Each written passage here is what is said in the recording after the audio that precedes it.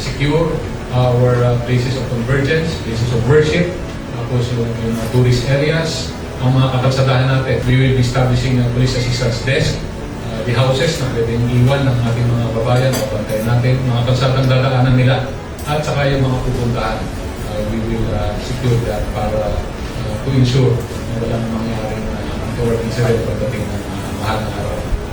Inihayag ng Police Regional Office TAN na naging mapayapa at maayos ang paggunita ng Holy Week 2026 sa buong Northern Mindanao mula Marso 29 hanggang Abril 5, 2026.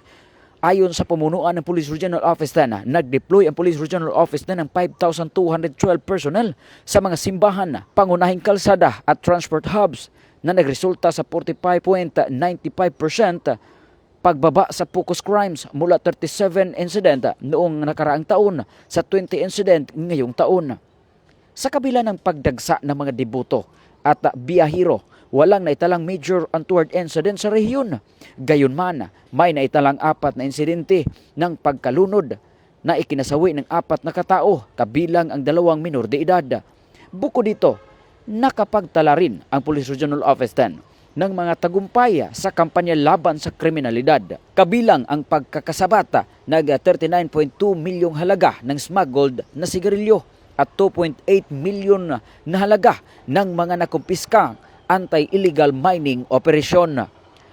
Patuloy ang deployment ng mga pulis sa strategic areas para sa monitoring, traffic management at pagbibigay ng tulong sa publiko habang nagpapatuloy ang mga religious activities sa rehiyon at ang panahon ng bakasyon.